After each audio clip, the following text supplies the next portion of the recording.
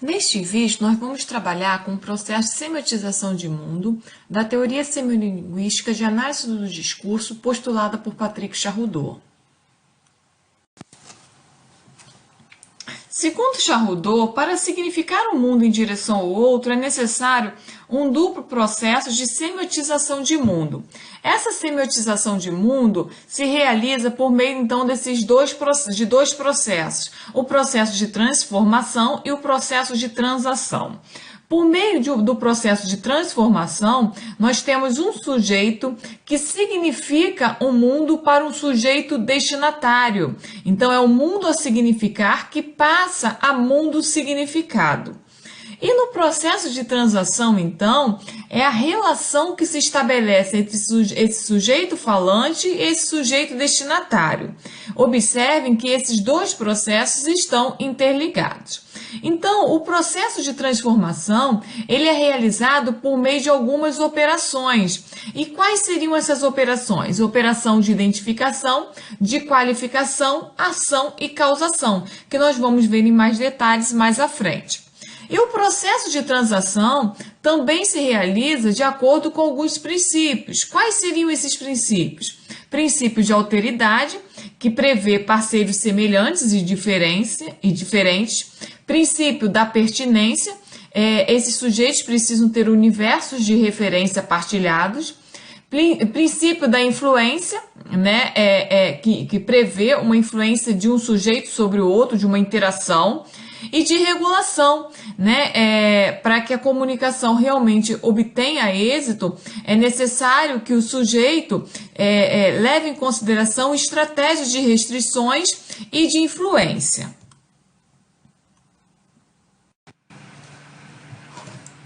Então, para significar o mundo em direção ao outro, por meio do processo de transformação, esse sujeito comunicante deve intervir em dois espaços de organização do sentido. Quais seriam esses dois espaços? O da tematização e o da relação. O espaço da tematização engloba, então, aquelas operações que eu já citei, de identificação, de qualificação, de representação dos fatos e das ações, e a explicação de sua razão de ser e de fazer. Bem, e o segundo espaço seria o espaço da relação, finalidade do ato de comunicação e identidade dos protagonistas da transação. Então, ao transformar o mundo em relação ao outro, esse sujeito comunicante precisa primeiro pensar qual é a finalidade desse ato de comunicação. Qual é a identidade dos protagonistas dessa transação? É um texto endereçado a uma criança? É uma notícia de jornal endereçada a um público mais adulto? Então, aí nós vamos precisar, nesse espaço de relação, prestar atenção naqueles dispositivos que vai falar da situação de comunicação, ou seja, quais são os elementos que fazem parte dessa situação de comunicação. Se é um texto em que os parceiros estão presentes fisicamente, se é um texto, se o canal é oral, se é gráfico, né? Qual é a finalidade desse ato de comunicação, quem são esses protagonistas, qual é a relação desses protagonistas. Então, esses dados estariam aqui no espaço da relação. E no espaço da tematização, é o espaço em que esse sujeito comunicante vai utilizar determinadas categorias de língua, como substantivos, adjetivos, pronomes, verbos, advérbios, etc., para transformar um mundo ainda bruto, não significado, num mundo significado.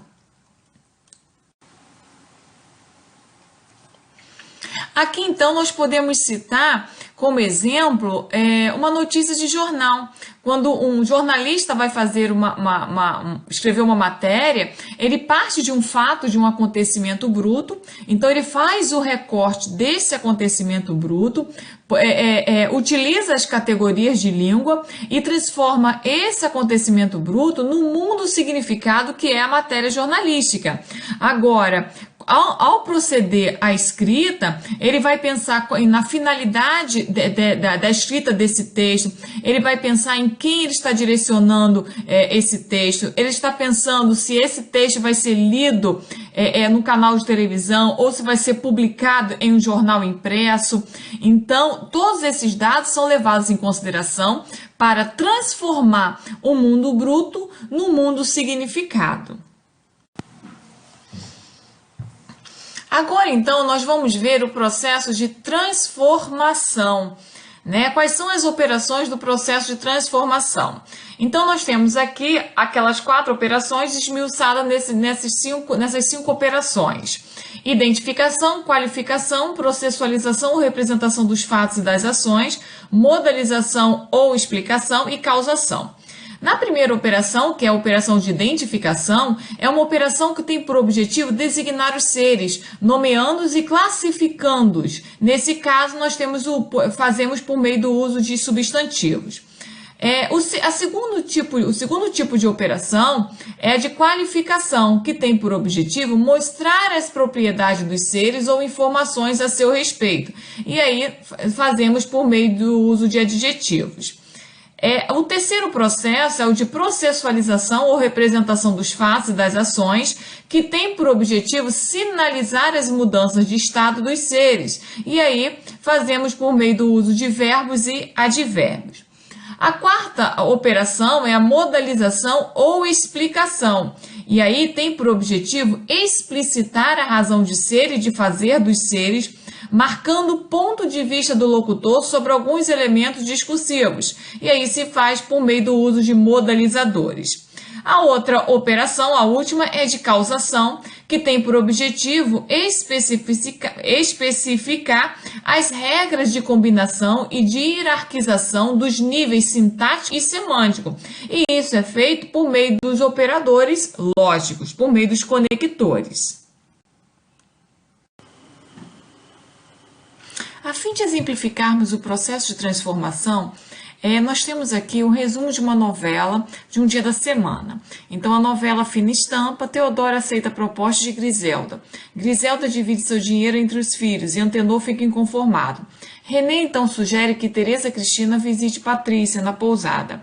Em seguida, Quinzé avisa Guaraci que deixará o Tupinambá. O Wallace sente-se mal durante o treino e Teodora o ajuda. Antenor enfrenta Teresa Cristina. Griselda conversa com Amália sobre a loja que abrirá para ela.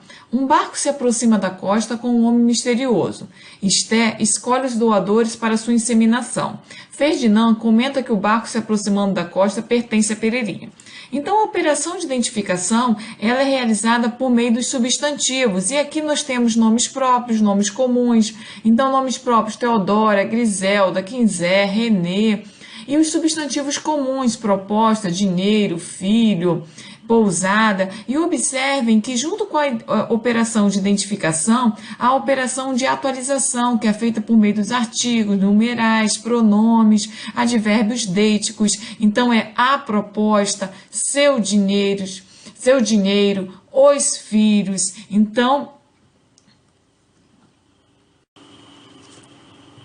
Então, os substantivos, normalmente, eles vêm atualizados por meio de alguns elementos linguísticos. A segunda operação, a operação de qualificação, é estabelecida normalmente por meio dos adjetivos. E aqui nós temos, por exemplo, homem misterioso. Misterioso é um adjetivo subjetivo que parte do ponto de vista daquele que enuncia. Nós também temos lá Antenor fica inconformado. Inconformado estabelece o estado, a forma como Antenor fica. Então, acrescenta uma qualificação a esse substantivo. Outra operação é a operação de causação, e aqui nós temos alguns elementos que estabelecem essa ligação dos elementos dentro do texto. Então, nós temos então, em seguida, e outros elementos que vão favorecer essa ligação entre os elementos dentro do texto, as preposições, as conjunções. E a última operação é a operação de representação de fatos e ações, que é uma operação realizada por meio dos verbos. Então, aqui nós temos os verbos aceita, fica, divide, deixará, visita, enfrenta, aproxima. Então, os verbos, são os elementos linguísticos prototípicos desse tipo de operação de representação dos fatos e ações. Então, agora nós vamos ver as operações do processo de transação. Então, nesse segundo processo de semiotização de mundo, no processo de transação, o sujeito interpretante encontra-se diante do problema de ter que reconhecer para certos fins um mundo já significado por um outro, decodificando por meio de um ato de interpretação. E esse processo de transação se realiza de acordo com alguns princípios que nós vimos anteriormente, que são os princípios de alteridade, pertinência, influência e regulação, que vamos ver agora com mais detalhes. Então, o princípio da alteridade é o princípio em que se consideram as hipóteses sobre a identidade do outro, o destinatário receptor, quanto a seu saber, sua posição social, seu estado psicológico, suas aptidões e seus interesses. Então, para Charrodot, esse princípio parte da ideia de que todo ato de linguagem é um fenômeno de troca entre dois parceiros. E esses parceiros, eles devem se reconhecer como semelhantes, pois compartilham determinados saberes, até para que o ato de linguagem tenha êxito, mas esses parceiros também são diferentes, porque cada um desses parceiros desempenha um papel particular, de sujeito emissor, produtor do ato de comunicação, que é o sujeito comunicante, e de sujeito receptor desse ato de comunicação, que é o sujeito interpretante. Então, cada um dos parceiros da troca linguageira está engajado num processo recíproco, mas não simétrico, de reconhecimento do outro e de diferenciação. Então, o princípio de alteridade, em linhas gerais, é o princípio que faz com que um sujeito reconheça o outro num determinado ato de comunicação. Eu sou aquilo que o outro não é, eu me reconheço nessa diferença. Temos semelhanças, mas eu não sou o que o outro é. Charrodot, então, no texto de 2005, de uma análise semiolinguística do texto e do discurso, explica, então, o que é esse princípio de alteridade. Ele diz o seguinte: os sujeitos, então, eles são semelhantes porque, para que a troca se realize, é necessário que tenham em comum universo de referência, saberes compartilhados e finalidades, motivações comuns. Mas esses sujeitos são diferentes porque o outro só é perceptível e identificável na dissemelhança e porque cada um desempenha um papel particular, de sujeito emissor, produtor de um ato de linguagem, que é o sujeito comunicante, de sujeito receptor, interpretante deste ato de linguagem, que é o sujeito interpretante. Então, segundo este princípio, cada um dos parceiros está engajado num processo recíproco, mas não simétrico de reconhecimento do outro, numa interação que o legitime enquanto tal, o que é uma condição para que o ato de linguagem seja considerado válido. Este princípio é o fundamento do aspecto contratual de todo ato de linguagem, de todo ato de comunicação, pois implica um reconhecimento e uma legitimação recíprocos dos parceiros entre si. Então, o princípio da alteridade é o princípio que faz com que um parceiro reconheça o outro, reconheça que num ato de linguagem ele não está sozinho, há sempre a presença desse outro sujeito. Você pode estar se perguntando como isso acontece, por exemplo, em um diário em que se pressupõe que a pessoa escreva para ela mesma. No momento em que ela escreve, ela já instaura um destinatário, que é ela mesma, né? Então, não existe ato de comunicação de um único sujeito. Em todo ato de comunicação, você pode pensar numa troca postergada, mas sempre vai apresentar, sempre vai ser constituído por vários sujeitos, no mínimo 4 sujeitos, como prevê o Charrodot, né? O eu comunicante, que põe em cena um eu enunciador, idealiza um tu interpretante por meio desse tu destinatário. Então, num diário, quando uma pessoa escreve, ela põe em cena na escrita um eu enunciador, idealiza um tu destinatário, que é ela mesma em outro momento, né? E há a presença, sim, desse tu interpretante quando ela para escrever, quando ela para, por exemplo, para fazer a leitura desse diário. Então, não existe ato de comunicação de um único sujeito. Então, todo ato de comunicação prevê, então, a presença, né, de vários sujeitos, mesmo que essa troca se dê depois, não aconteça no momento da escrita ou no momento da fala. Tá? Então é esse o princípio, a questão do princípio da alteridade, é reconhecer que em todo ato de linguagem você tem a presença do outro.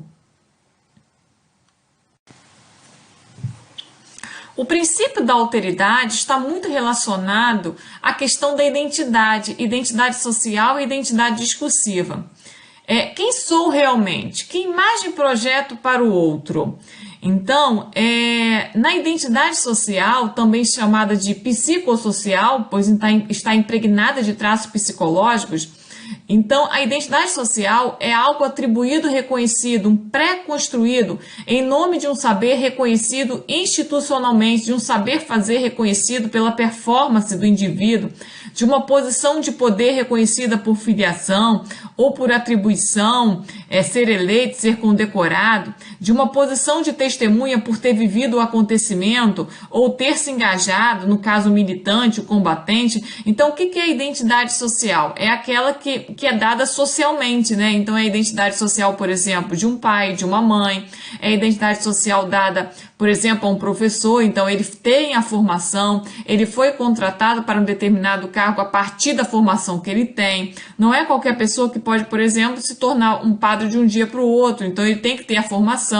Então, assim, a identidade social é aquela reconhecida socialmente, né, por uma formação, ou então por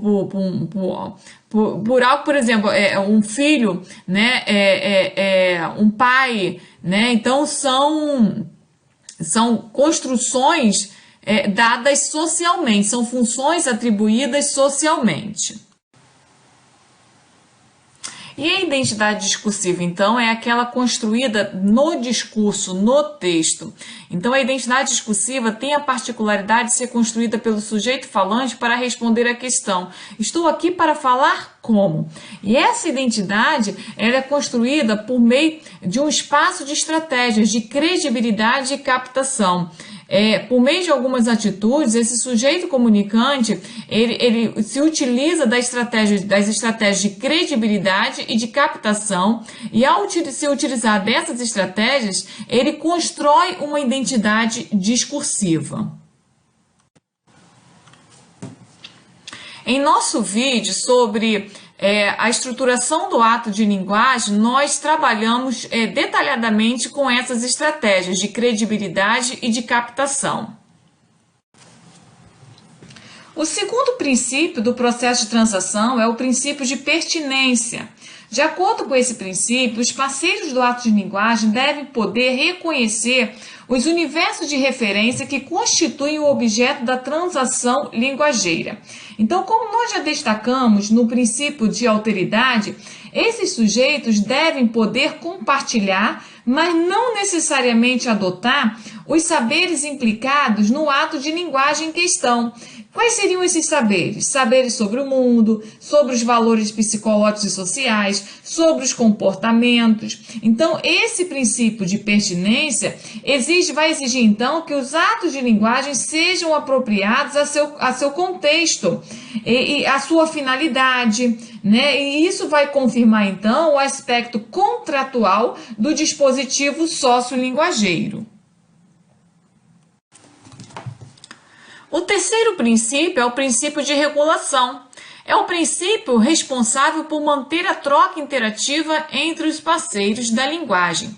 Segundo Charrodot, então, esse princípio faz parte, consciente ou inconscientemente, daquilo que os parceiros sabem a respeito do ato de linguagem que participam, estando assim ligado à noção de contrato discursivo. Então, vejam, a falta de observação desse princípio em um ato de linguagem corresponde a uma falha e pode, consequentemente, provocar sua interrupção. A respeito disso, Charrodot postula que para que a troca implícita ao ato de linguagem não termine em confronto físico ou em ruptura de fala, ou seja, para que ela prossiga e chegue a uma conclusão, os parceiros procedem à regulação do jogo de influência. Então, os parceiros precisam pensar em quais estratégias ele deve utilizar, dependendo do gênero textual, dependendo da finalidade do ato de comunicação, para que isso não gere, para que esse uso de estratégias, por exemplo, não gere um confronto físico ou uma ruptura de fala. Então, para então manter essa regulação, né, no processo de transação, os parceiros então vão recorrer às estratégias no interior de um quadro situacional, que são estratégias que assegurem uma intercompreensão mínima, sem a qual a troca não é efetiva. Então, esse espaço de estratégias está inscrito igualmente no dispositivo sociolinguageiro, ou seja, de acordo com a finalidade desse ato de linguagem, quais estratégias eu posso utilizar?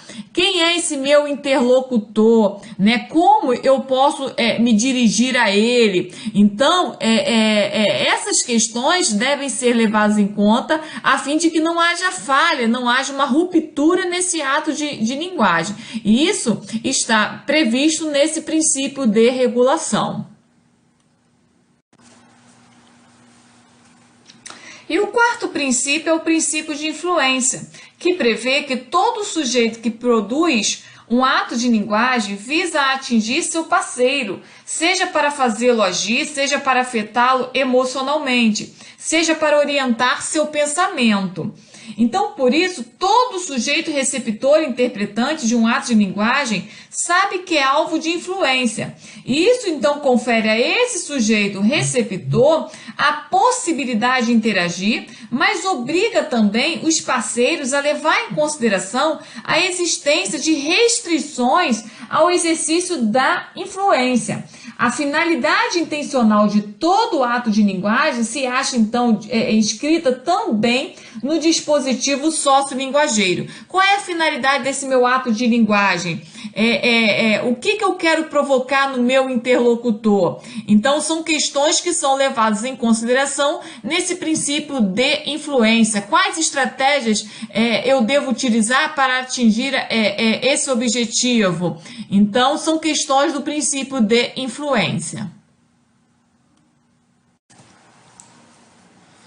Antes de passarmos a parte prática desse processo de semiotização de mundo, eu gostaria de comentar um gráfico que vocês encontram na página 114 do livro do Charrodot, Discurso das Mídias. É um gráfico que vai falar sobre esse processo de semiotização de mundo na mídia. Então vejam só, no processo de semiotização da mídia, nós temos um acontecimento bruto, né? Interpretado por meio de um jornalista, né, por meio da mídia. Esse acontecimento bruto passa a notícia, que é o acontecimento construído. E quando chega no receptor, esse acontecimento é interpretado novamente, mas agora por esse tu interpretante, né, aquele que efetivamente entra em contato com o texto. Então, o mundo a descrever na mídia é o lugar onde se encontra o acontecimento bruto. E o processo de transformação vai consistir, então, para a instância midiática, em fazer passar esse acontecimento do estado bruto, mas já interpretado pelo jornalista, obviamente, que é ele que faz o recorte do mundo real, é ele que seleciona o que deve ser mostrado, é ele que seleciona o que deve ser noticiado, tá? Então, por isso a gente diz que esse estado bruto, quando chega ao leitor, já é um acontecimento, já é um fato que foi interpretado, obviamente, pela instância midiática. Então, por meio do processo de transformação, a mídia vai fazer com que esse estado bruto, né, esse acontecimento bruto, mas já interpretado, passe ao estado de mundo midiático construído, isto é, chegue, se transforme a uma notícia. E isso vai ocorrer sob a dependência do processo de transação, que consiste para a instância midiática em construir a notícia em função de como ela imagina a instância receptora. E essa instância receptora vai então reinterpretar a notícia à sua maneira. E agora, então, nós mostraremos o processo de semiotização de mundo em um trecho do o conto Apelo de Dalton Trevisan. O conto Apelo diz o seguinte: amanhã faz um mês que a senhora está longe de casa. Primeiros dias, para dizer a verdade, não senti falta. Bom chega tarde, esquecido na conversa de esquina. Não foi ausência por uma semana. O batom ainda no lenço, o prato na mesa por engano, a imagem de relance no espelho. Com os dias, senhora, o leite pela primeira vez coalhou. A notícia de sua perda veio aos poucos. A pilha de jornais ali no chão, ninguém os guardou. Debaixo da escada. Por toda a casa era um corredor deserto. Até o canário ficou mudo. Para não dar parte de fraco, ah, senhora, fui beber com os amigos. 1h da noite eles se iam e eu ficava só, sem o perdão de sua presença a todas as aflições do dia, como a última luz na varanda. E comecei a sentir falta das primeiras brigas por causa do tempero da salada. O meu jeito de querer bem. Acaso a saudade, senhora? Não tenho botão na camisa, calço a meia furada. Que fim levou o saca-rolhas? Nenhum de nós sabe, senhora. Nenhum de nós sabe, sem a senhora, conversar com os outros. Venha para casa, senhora, por favor. O conto lido, então, o Apelo, é um conto, obviamente, é narrativo por apresentar, além de outras características, logo de início, um narrador personagem que relata fatos, ou seja, as consequências da saída da esposa chamada Senhora do Lar. Então, como esse narrador está em primeira pessoa, todas as informações sobre a importância da mulher para a organização da casa e para a vida do narrador são mediadas pela visão subjetiva que o marido tem dessa esposa, dessa mulher chamada de senhora. Então, aqui nós vamos ver primeiro o processo de transformação. Então, no processo de transformação, a primeira operação é a operação de identificação. Por meio da substantivação, designa, nomeia e classifica os elementos discursivos. Os seres são transformados em identidades nominais. Agora, atuando juntamente com o processo de identificação, há o processo de determinação ou atualização, feito normalmente por meio de artigos, numerais, pronomes e advérbios deíticos. Esses elementos determinam ou indeterminam, permitindo a delimitação dos seres. Então, no texto, no conto de Dalton Trevisan, nós vamos ter, então, substantivos, mês, um mês, a senhora, casa, primeiros dias, a verdade, falta, na conversa, ausência, uma semana, no batom, no lenço. Observem que esses elementos pertencem ao campo semântico de casa, ou seja, a casa é o espaço onde ocorrem os fatos do conto. E é interessante observar que, por meio dessa operação de identificação, é possível fazermos uma ideia de como é essa casa, de como são as pessoas que vivem ali, né? Quando o personagem diz que a pilha de jornal no chão, né? O leite coalhou. Então, a gente consegue também traçar um perfil desse personagem por meio dessa operação de identificação. Ao identificar esses objetos da casa, nós conseguimos ter uma ideia de como é essa casa e, inclusive, de como é esse personagem, de como é essa pessoa que vive na casa. Então, o processo de identificação, assim como as outras operações, né, a operação de identificação, assim como as outras operações, auxiliam no processo de interpretação de um texto. Não é a simples tarefa de nomear, mas essa nomeação tem um propósito, tem um significado dentro do texto. A segunda operação, a operação de qualificação, é feita normalmente por meio de adjetivos em sentido amplo e mostra as propriedades dos seres ou mesmo acrescenta informações a esses seres. Os seres, então, são transformados em identidades descritivas. No conto, nós temos essa seguinte passagem: toda a casa era um corredor deserto. Calço meia furada, meia furada. Então, deserto é uma qualificação desse substantivo corredor. E furada também é uma qualificação desse substantivo meia. E por último, então, os adjetivos axiológicos, subjetivos avaliativos axiológicos vão caracterizar o objeto a partir do juízo de valor emitido pelo enunciador.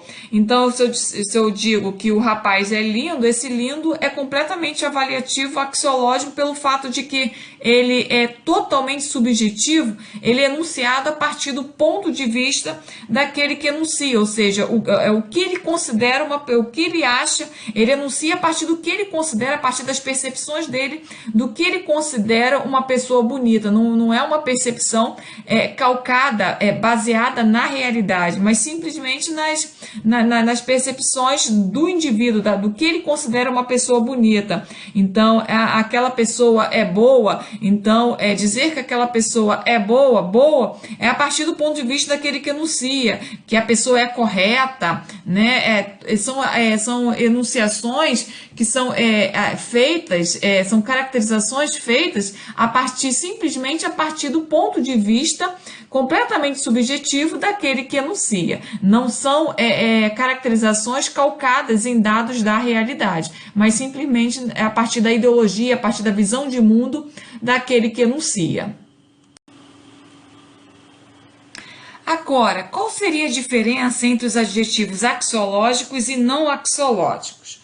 Então, os adjetivos avaliativos não axiológicos caracterizam o objeto qualitativamente ou quantitativamente a partir de um conhecimento da realidade. Então, se eu digo que a sala é espaçosa, eu falo que a sala é espaçosa, ou espaçosa, essa caracterização é feita a partir de um dado da realidade, a partir do meu ponto de vista, do que eu considero uma sala espaçosa. Eu não posso dizer que uma sala de 2x2 seja uma sala espaçosa. Agora, se eu estou diante de uma sala, por exemplo, de 4x4, 5x5, aí eu vou considerar, nossa, essa sala é espaçosa. Então, eu parto de um ponto, é um adjetivo avaliativo, obviamente, que parte do ponto de vista daquele que enuncia, mas não é uma caracterização totalmente aleatória, totalmente desprovida de dados da realidade. Não. Os adjetivos avaliativos não axiológicos, eles partem de um dado da realidade. Então, dizer, por exemplo, que a comida está quente, o quente, por mais que tenha uma certa gradação, o que é quente para uma pessoa, para outra, de repente vai dizer, não, para mim ainda pode esquentar mais, parte de uma certa percepção da realidade do que estar quente. Então, os adjetivos avaliativos não axiológicos, eles são proferidos a partir de uma avaliação do enunciador, mas com base numa certa percepção da realidade. Quebraccio-Orecchioni vai dividir então os adjetivos subjetivos em afetivos e avaliativos. Primeiramente, os adjetivos subjetivos são diferentes dos objetivos porque são marcados pela predominância emocional do enunciador em relação ao objeto ou ao ser que se pretende caracterizar. Então, nesses adjetivos subjetivos, a Quebraccio-Orecchioni divide então esses adjetivos em afetivos e avaliativos. Os afetivos caracterizam o objeto a partir de uma propriedade que o constitui e, ao mesmo tempo, revelam a reação emocional do enunciador diante do objeto descrito.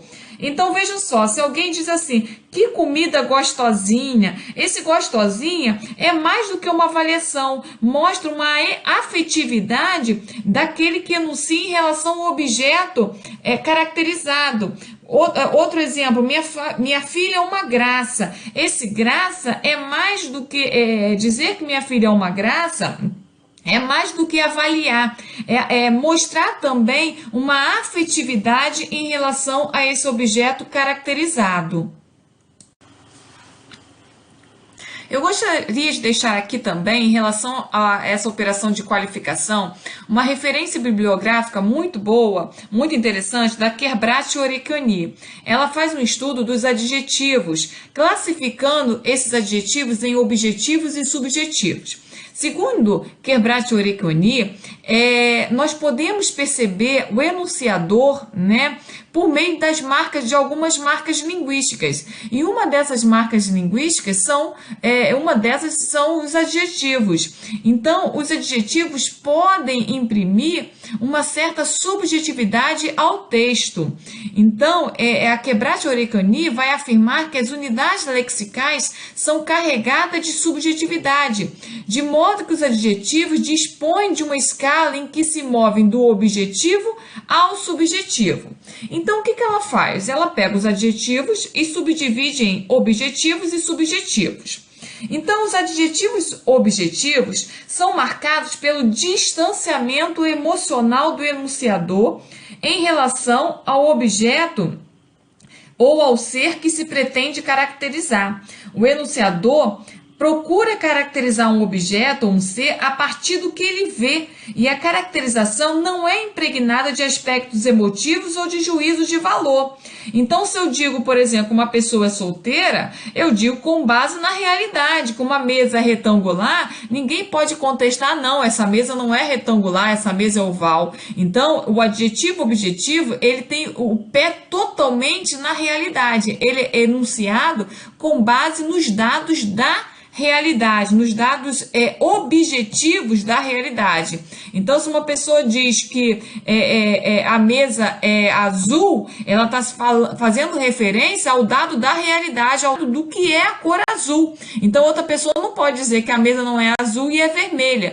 Então, é o dado real. E aí nós temos, então, os adjetivos objetivos. A terceira operação, operação de causação, por meio da modalização de operadores lógicos e outros elementos discursivos, explicita a razão de ser e de fazer dos seres numa cadeia de causalidade. A sucessão dos fatos, então, é explicada em relações de causalidade. Então, aqui como exemplo do texto, nós temos para não dar parte de fraco, então esse para, introduzindo uma finalidade. Mais à frente, 1h da noite, eles se iam e eu ficava só, então esse eu, uma conjunção coordenativa. Mais à frente, todas as aflições do dia, como a última luz na varanda, esse como estabelece uma comparação, uma relação de comparação. Primeiros dias, para dizer a verdade, não senti falta. Aqui, esse para dizer a verdade, nós podemos exemplificar como sendo do tipo de modalização epistêmica, que é aquele tipo de modalização que expressa uma avaliação sobre o valor de verdade e as condições de verdade da proposição. Aqui eu só citei alguns exemplos, mas se vocês olharem bem lá no conto, nós vamos encontrar outros elementos que vão estabelecer essas relações dentro do texto, pronomes relativos, conjunções integrantes, qualquer elemento que estabeleça as relações entre os elementos dentro do texto. Aqui, então, nós temos outra operação, que é a operação de representação de fatos e ações. Então, por meio de verbos e advérbios, essa operação vai sinalizar as mudanças de estado dos seres. Os seres são transformados em identidades narrativas. Então, nós podemos pegar qualquer trecho do conto que nós vamos encontrar esses elementos, advérbios e verbos. Então, amanhã, primeiros dias, com os dias, aos poucos. Então, está mostrando esses elementos adverbiais, estão mostrando essa passagem do tempo. E qualquer outro trecho em que nós encontramos, então, os verbos sinalizando as ações dos personagens. Por meio dessa operação, a gente percebe que, num primeiro momento, o narrador-personagem sente alívio. Ele diz, não senti falta, bom chegar tarde. Porém, com a passagem do tempo, ele sente saudade, quando ele diz que toda a casa era um corredor deserto, para não dar parte de fraco, para não mostrar fraqueza, né? Ele foi beber com os amigos, eu ficava só, sem o perdão de sua presença. Aí ele diz depois, comecei a sentir falta das primeiras brigas. Aí no final, venha para casa, senhora, por favor. Então, por meio dessa passagem do tempo, por meio do uso dos advérbios e da colocação dos tempos verbais, a gente consegue perceber essas atitudes desse narrador-personagem. Além disso, nos segundo, terceiro e quarto parágrafos, o narrador personagem toma consciência da perda da esposa e relata os fatos que acontecem por causa dessa ausência. Aí ele vai dizer: o leite pela primeira vez coalhou, a notícia de sua perda veio aos poucos, ninguém os guardou, fazendo referência aos jornais, né? Ninguém os guardou debaixo da escada, até o canário ficou mudo, fui beber com os amigos. Então, nesses parágrafos, então, ele mostra um distanciamento em relação aos fatos narrados. Porém, com essa passagem do tempo, a ausência da esposa é sentida com mais intensidade pelo narrador.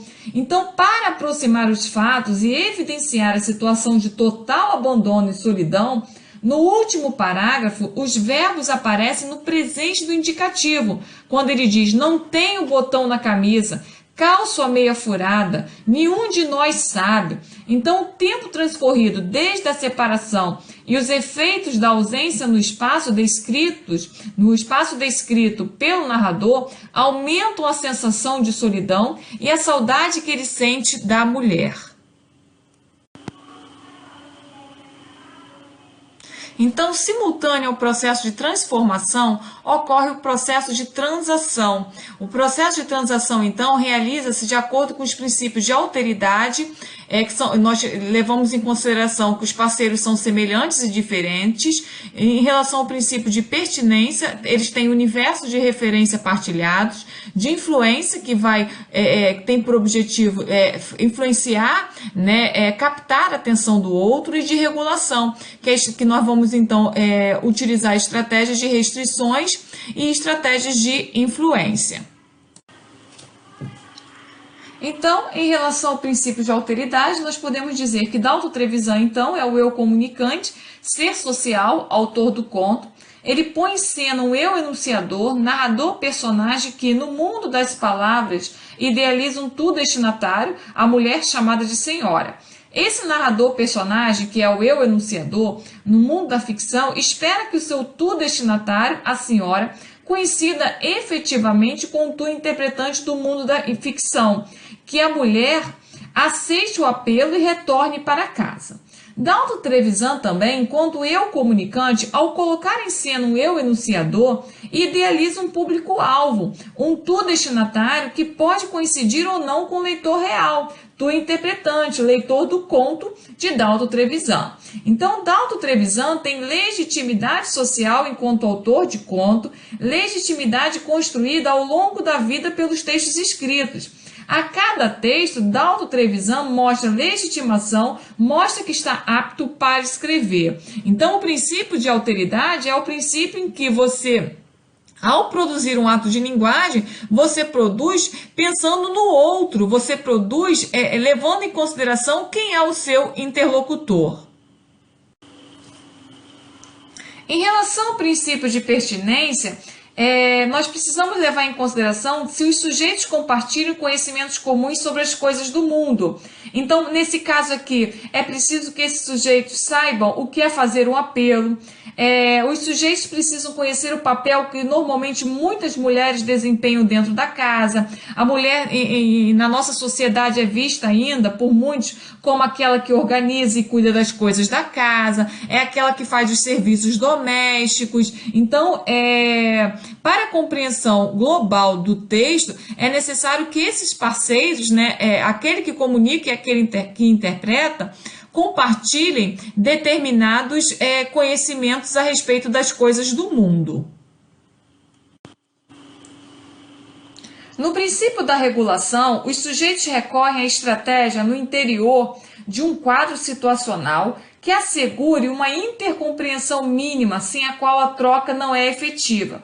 Então, aqui nesse caso, o eu comunicante, Dalton Trevisan, sabe que o seu interlocutor não está presente, sabe que o canal é gráfico, ele projeta um tu destinatário, tudo para que a comunicação obtenha êxito.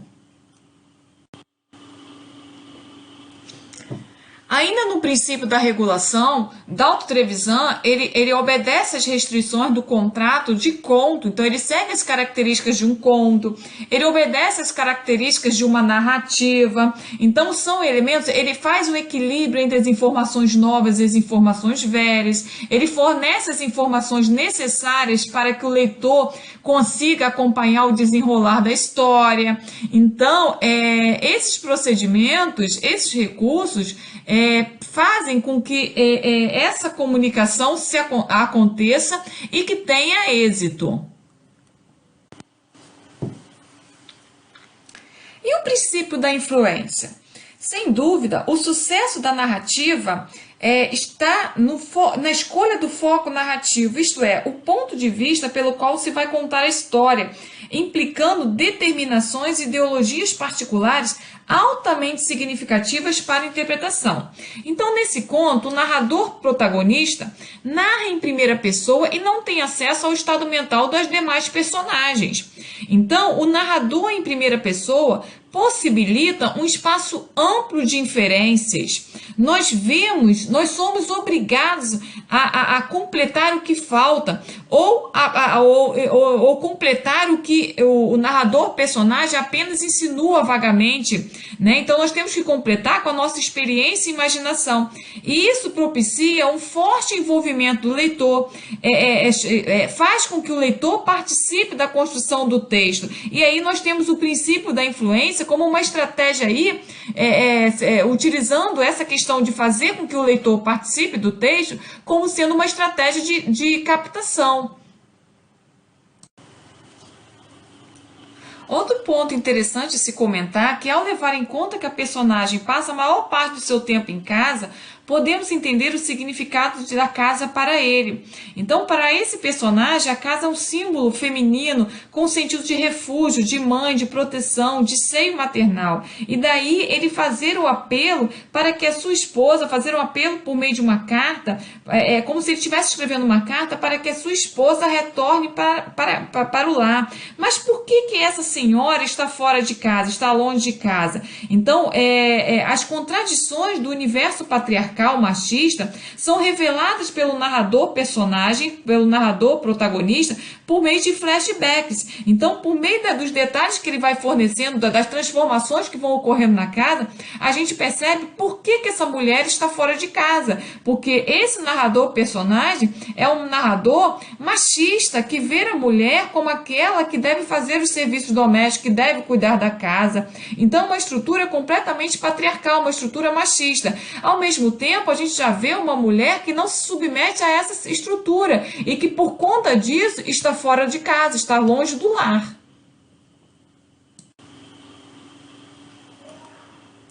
Então, ao longo da narrativa, a gente percebe um personagem que não mostra distanciamento em relação aos fatos narrados, até porque a narrativa é construída em primeira pessoa, então parte do ponto de vista daquele que enuncia. Então, por meio do princípio, né, da credibilidade, a gente sabe que não há distanciamento, não há neutralidade, pelo contrário, é o total engajamento desse personagem em relação aos fatos narrados. Ele narra a partir do ponto de vista dele, né?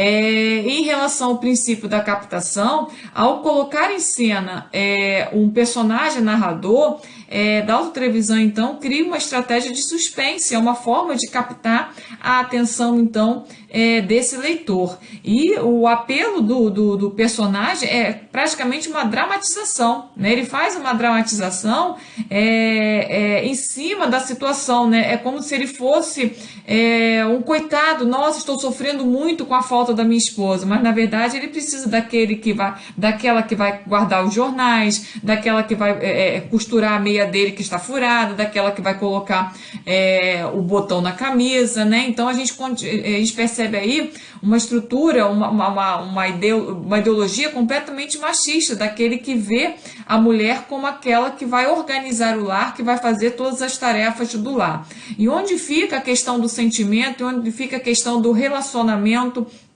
no caso aí entre o esposo e a esposa. Então, a gente percebe, por meio dessa construção, por meio da escolha do narrador em primeira pessoa, uma estratégia de captação, uma estratégia de levar, né, o interlocutor a leitura e a se identificar com algumas questões, né, realmente a refletir a respeito de algumas questões, dentre elas a questão de uma sociedade completamente machista. Coloco aqui algumas referências bibliográficas, né, algumas indicações de leituras do Charrodot e de outras leituras que foram utilizadas para a elaboração desses slides. Recomendo então que todos façam as leituras, né, porque são textos importantíssimos para o entendimento da teoria semiolinguística.